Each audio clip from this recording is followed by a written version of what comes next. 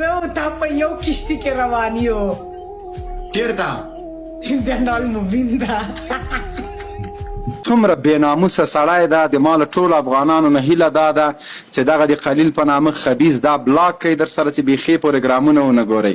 ګوره دا د پتمنو افغانانو خویندو بېعزتي په ټیک ټاک کې انلاین کوي هغه خبرې کوي چې یهودي یې نه کوي عیساوي یې نه کوي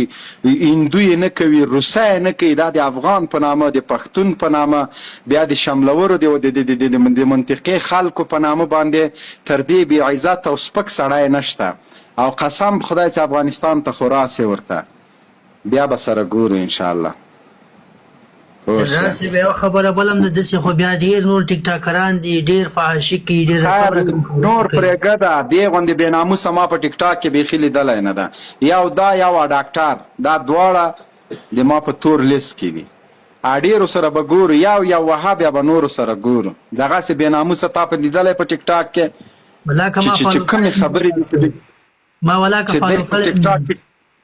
کومې خبرې دوی په ټیک ټاک کې کوي په دغه رسنیو کې کوي چې قسم په خدای چې له سپینه پیدا یم پې شرمېږي